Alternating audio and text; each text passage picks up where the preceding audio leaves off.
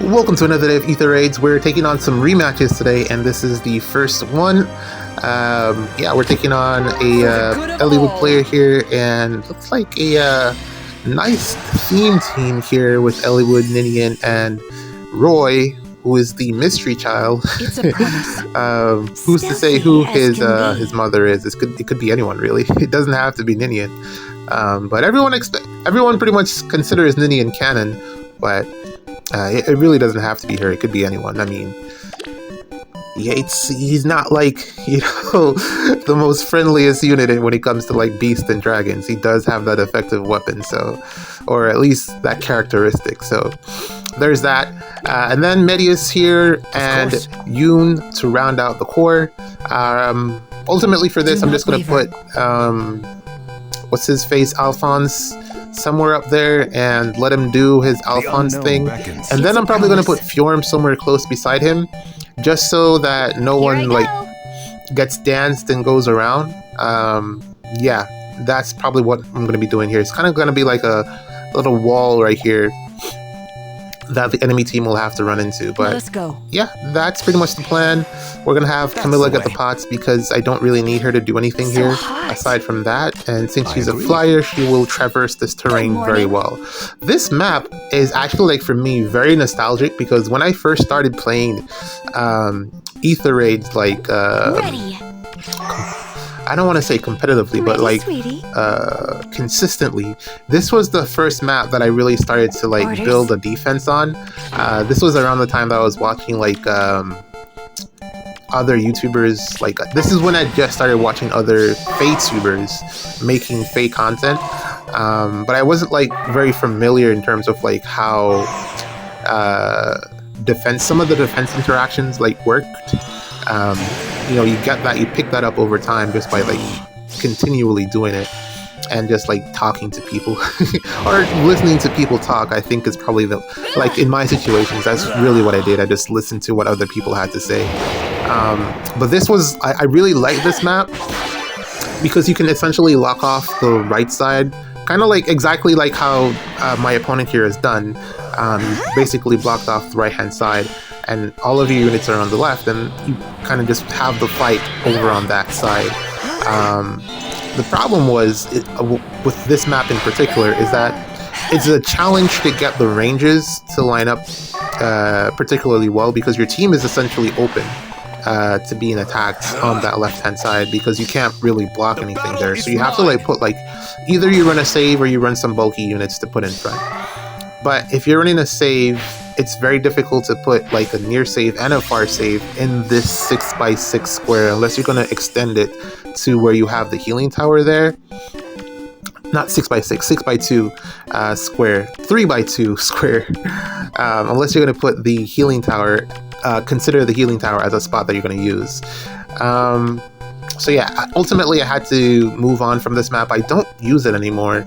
The layout, like one of the transitions that I did was that I transitioned to be behind the forest, so that you can use that as a shield for enemy initiation, and then the enemy will only have the left hand side to come up, and then you can position your saves like in the spot where Ninian is, and also like where Medios is, are two good spots to position your saves so that the enemy can't get in. So that is a setup that you can potentially use if you want to like try to test around. But ultimately, I felt like it was just a little bit too open, this map. And then especially with impassable terrain becoming like more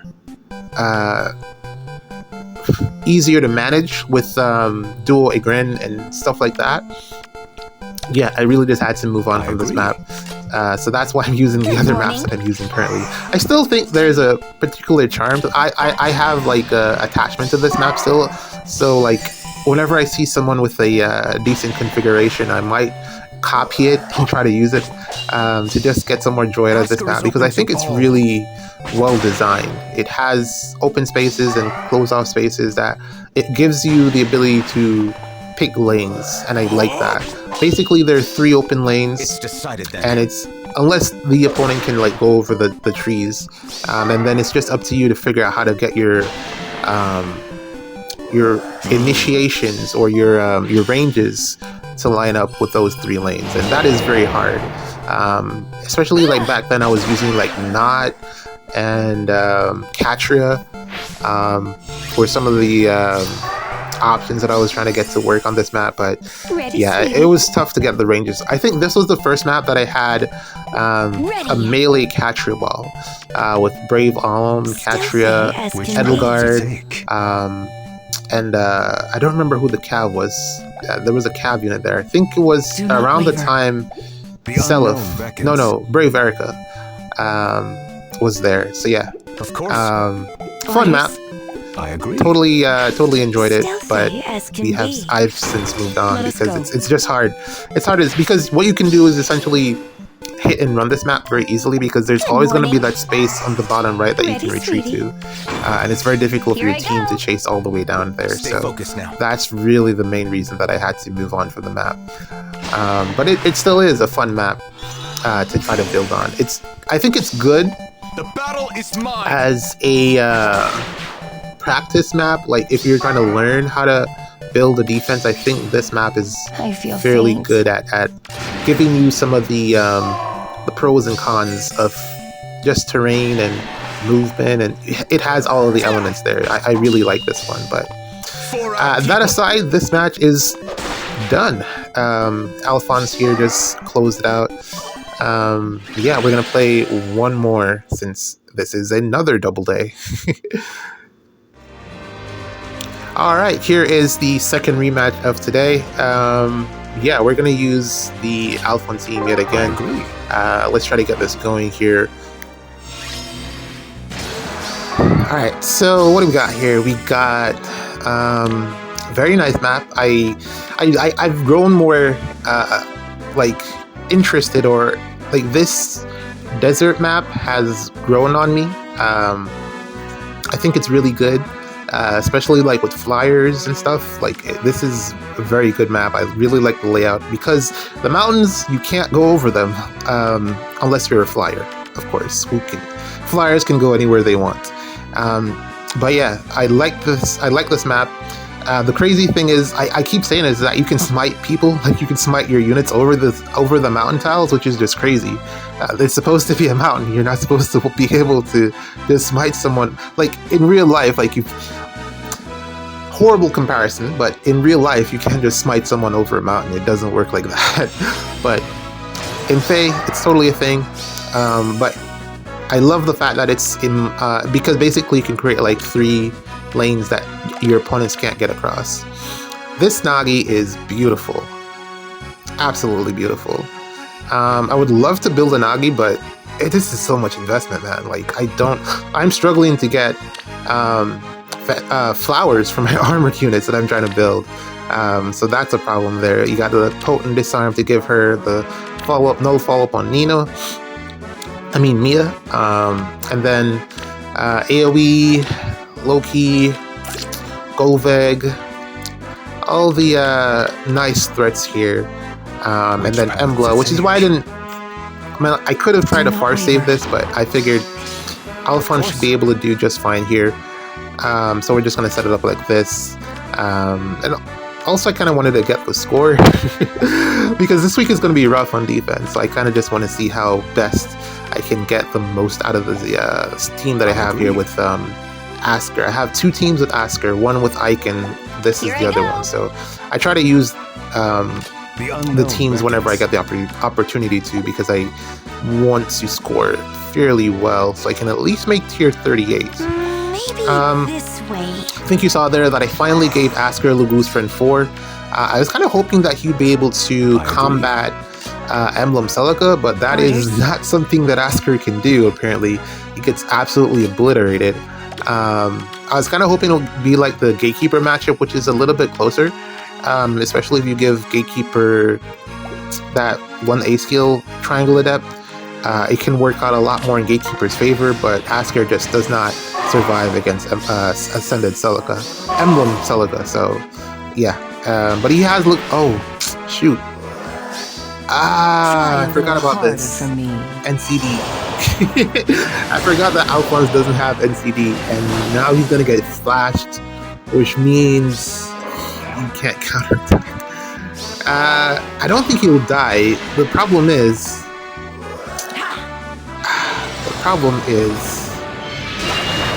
Golveg is going to attack. Yep. Yeah, and she can warp. Oh man, Yes. that is a huge stupid misplay there. I completely forgot about the NCD thing. I could have just used Fjorm here, but I was just kind of like excited to use Alphonse for whatever reason, and here we go. Golveg doing Golveg things. This is a huge throw. I Yikes. Vanish beneath the waves. That right there, at least you get to see the potent follow-up on a dagger unit. I think that is at least interesting in itself, because that's kind of where IS is directing us to get the potent follow-up as a thing, but I guess I've said enough about that before. This is just a big boo-boo on my part. Fjorm is outspeeding this Golveg because she's highly invested, and also I've kind of grown to equipping her with attack speed Clash, the seal, instead of null follow-up, so she gets a ton of extra speed that way. Yeah, we're not taking this. This is a huge blunder on my part. So yeah, we're gonna play one more. Alright, so here is our second attempt, I don't know, third match for the day. This is the Japanese player, and we're going to use the double save team because in going through all the traps, it's going to be kind of annoying. But that would have been the best option, to break the structures and try to initiate that way, because I think only Ike has Kanto control, and he has the warp ring, so the Celica ring, so it would have been a little bit too challenging to do trap gambles and try to, break the structures, get up and get down. So let's just try to tank it. Could have tried to tank it with Ike, because Brave, what's her name? Brave, Corrin. Is it Corrin? No. Brave Robin does not have Hardy Bearing. So, as you can see here, the Hardy Bearing is on Mia. This is a fantastic Mia, by the way. But I don't think she will be able to take out Ike. Yeah, highly invested here. I went crazy on that banner. I was actually considering giving that Pegasus skill to my catcher, but I realized that catcher doesn't have the best defense, so she's more of a res unit. So catcher would probably want the one that's on Chloe, but that one isn't that good. So I think I'm gonna pass on that. I still need to figure out what Katra's best B skill is, because a lot of times I want to have her tank things, but her bulk is just really bad. So I'm trying to find ways to bulk her up. But then also she's fallen off a little bit as a combat unit, so I don't know what direction to take her in. She really just needs to refine. I don't know when that's going to happen, but that's really what she needs at this point. And I don't want to give her too much stuff. I've already given her a ton, because I don't know what her refine is going to give to her. So, but I do think she really needs the bulk. I've given her attack speed excel, and I'm really just trying to figure out what her best B skill is. But in any case, what I wanted to bring up, there was something that was literally on my mind. I was I've completely forgotten it. I've changed my defense because what I had before was just not working out for a specific reason. So I had to change it. But for next season, I probably won't be able to use what I'm currently using, and I don't know what I'm going to do for next season. It's going to be for Astra Anima. It's going to be really tough. I did see something that I thought was really interesting. So you basically have two options. Either you let your enemy attack you in terms of just building a really tanky defense, or you attack your enemy. So it looks like for Astra Anima, it's possible to have a setup where you can just let your enemy attack into you, because of how bulky the units are in that season because of Becky. Yeah, sorry about that phone call. But yeah, I was saying that it's looking like Astra Anima can be probably the bulkier season because of how Hathrune's weapon works, the flat damage reduction, the 20% of whatever it is, and the healing stuff. Because of this, Becky is good. So it looks like you can probably go like full tank, like build a really tanky defense for Astra Anima and make it difficult for your opponent to try to break through. That's an option because they're really, like, against Shield Fighter, as long as it's not Fjorm, as long as the opponent doesn't have far safe Fjorm on defense, you're pretty much like set. Are you sure? Well, that's not what I want to say. If the opponent has far safe Fjorm on defense, you're not going to break through their defense because... Is it time? One, you either have to outspeed Fjorm, or two, you have to survive her counterattack. And really, I guess you can build units with buffs that are available to outspeed Fjorm, fine, but you're not living against her, as I said in another video. So you're probably going to be able to win just off that alone. And then for Mortis with Shield Fighter, you're really not going to want to initiate for Mortis because you're going to lose an action. Even with Felix is not breaking through for Mortis with Shield Fighter. So yeah, unless you're like doing some type of AoE thing, but then peering for Mortis with Becky kind of solves that problem. So especially if you're like putting Breath of Life into that as well. So yeah, I think I've seen someone do that, but it was for like season them like a dark defense with all of those things, and I'm like, this is kind of gross. But this would be perfect for Astra Anima. So that's probably what I'm going to do. I don't know like who the accompanying units are going to be, but since I'm not able to take out Fjorm because the tools aren't really in the game to be able to take out Fjorm, then I'm probably going to go heavy on like try to have the opponent break down my defense, since I can't kill Fjorm, who is pretty much the standard, I want to say, at the moment in terms of like tanks. Better than Ike. Well, at least at far safety. That being the case, I do think like the way she just absolutely destroyed Nurgle there. But yeah, I do think that we're probably gonna get either, I think I was saying this before, more potent, but the problem, well, we're either gonna get more potent or we're gonna get a melee variant of the Ike Ring. So, which is really what most units would need to be able to tank a hit from Fjorm. Yeah, 40% is probably going to be too high for like melee units because 40% is a lot. Like flat damage reduction is what I'm referring to. 40% flat damage reduction from melee combat, and I feel like that's kind of a lot. So I don't think they'll go that high. Maybe like 25 to 30. But that ring would more than likely have to be on Roy. I think Roy or Corrin are the ones that have that effect, I believe. They could release Corrin as a blue unit, because generally Roy is gonna be a sword unit. Typically he's usually a sword unit, so I don't see, unless they want to give him like a lance alt, but I feel like that would be kind of weird. Roy with a lance, I don't feel like that's canon. So I could see them releasing like Emblem Corrin. That would make a lot of sense. It is done. Because of the shield effect for melee combat. I feel like that either we're gonna get that or more potent effects. And I don't see, unless like they make an emblem ring that gives you a potent follow-up. But the thing about potent is that you would need to have the Marth effect, where you get the full damage on each hit, or at least the full damage on the third hit. Because as you saw in that previous match, who was it? Mia?